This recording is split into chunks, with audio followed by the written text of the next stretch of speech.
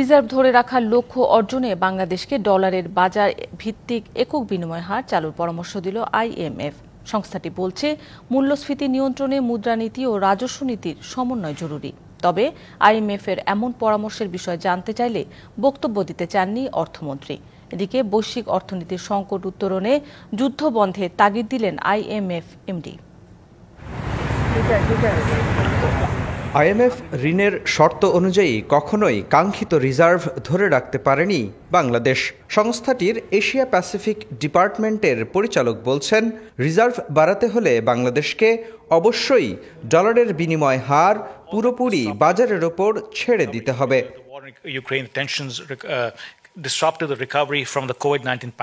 বাংলাদেশ অন্য অনেক দেশের মতোই করোনা ও রাশিয়া ইউক্রেন যুদ্ধের ভিকটিম। অর্থনৈতিক উত্তরণে সরকার অনেক চেষ্টাই করছে, তবে রিজার্ভ ধরে রাখতে চাইলে আমার মতে ডলারের বাজার ভিত্তিক একক বিনিময় হার চালু করা জরুরি।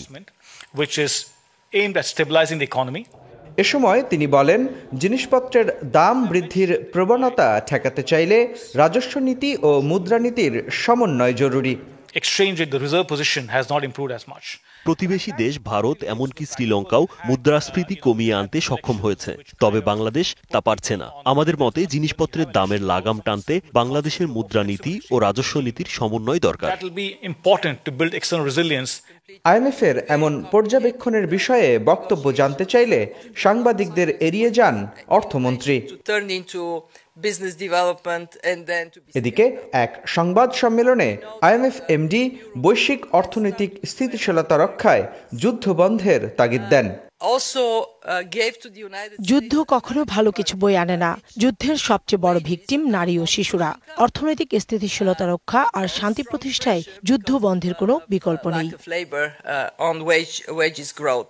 যুদ্ধের কারণে গরিব দেশগুলো আরও দুর্দশায় পড়ার শঙ্কার কথাও জানান IMF MD।